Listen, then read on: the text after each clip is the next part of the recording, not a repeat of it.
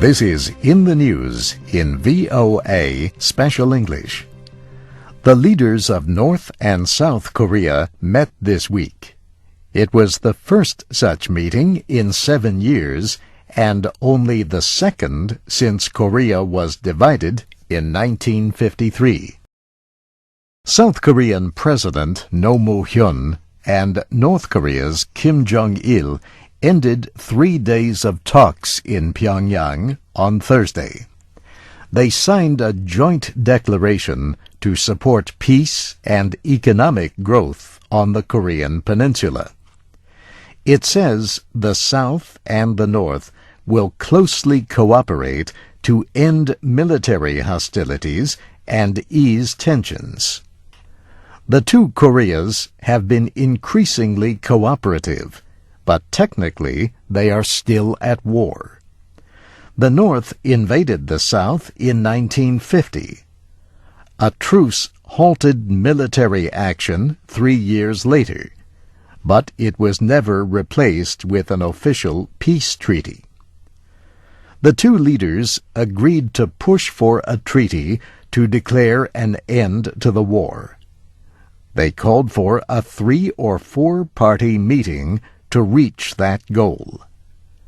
China and the United States also fought in the Korean War. The United States led United Nations forces in Korea.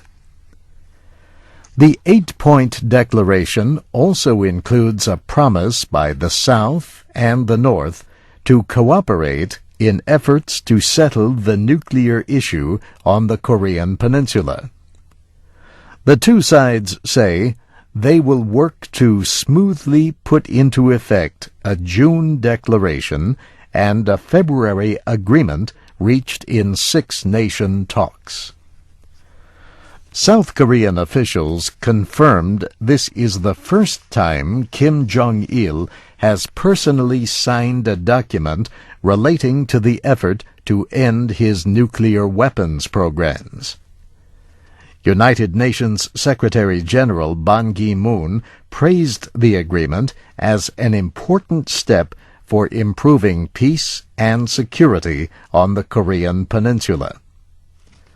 The Bush administration said the 6-party talks will be an important part of efforts to change the relationship between North Korea and the world.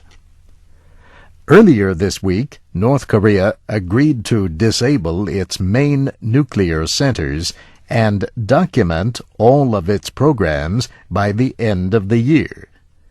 The agreement came in the 6-party talks with China, South Korea, Japan, Russia, and the United States.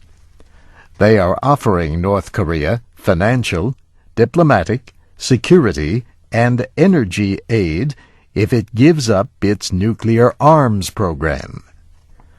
The North and South Korean leaders also agreed to expand economic ties. The two countries have fought several naval clashes over a sea border established by the United Nations west of the Korean peninsula. The leaders called for the recognition of a common fishing area in an effort to reduce tensions.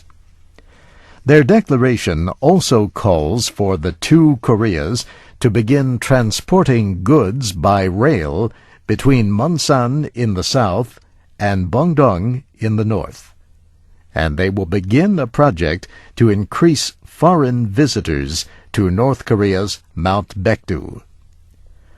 President Roh did not accept an invitation from Kim Jong-il to stay an extra day in Pyongyang, but they said they plan to meet again in the future, and their governments are to hold more talks next month. President Roh leaves office in February. And that's In the News in VOA Special English, written by Brianna Blake. I'm Steve Ember.